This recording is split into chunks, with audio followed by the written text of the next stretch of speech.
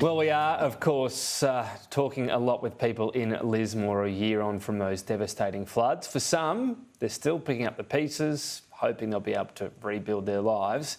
But there is some positivity within the town where possible as well. Joining me live is Lismore vintage shop owner Adam Bailey. Thanks very much for your time. You are opening a new vintage store in Lismore this weekend after your old one, of course, went underwater in the floods last year. So have a free spruik. Why should people get on down? Look, end of the day, we've come a long way, Lismore, in the last year. As you know, this is 1 year today. We got flooded actually the night before. So this time last year, we were flooded at 7:55. I had water in the shop. We were a little bit lower.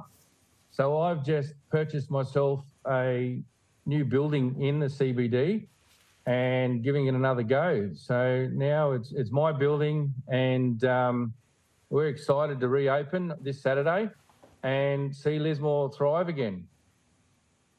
Well, good on you. It's always a plunge, and you're doing so after a lot of difficulty. What can people get if they're maybe thinking of heading to Lismore this weekend, or for locals watching? What do you specialise in there?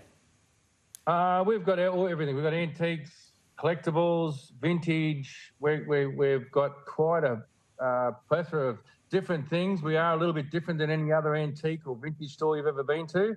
You know, we've got some very rare pieces. We've got stuff from Warner Brothers Movie World. I've even got a camel with pink stilettos you can come and have a look at. So we are a little bit different. So there's plenty to come and have a look at. It sounds like it. It sounds like the sort of shop that you might not know you need it until you walk inside. So there you go. Get down there if you're in the area. Your shop was also your home. You had 18 days to move out of yours. Tell us about what happened to the flooding situation for you a year ago and the immediate aftermath. Well, the place I was actually living up in the high area, and the people actually sold their house in between the flooding, gave me 18 days to move out because they wanted to move into their new house that I was living in. And so due to the fact that there's nowhere to rent, there's nowhere to live, I ended up living in the back of the shop on a lounge for 9 months with my dog. So things have been very, very hard. And again, I didn't lose my house, but I lost my house in a way where I had to move out.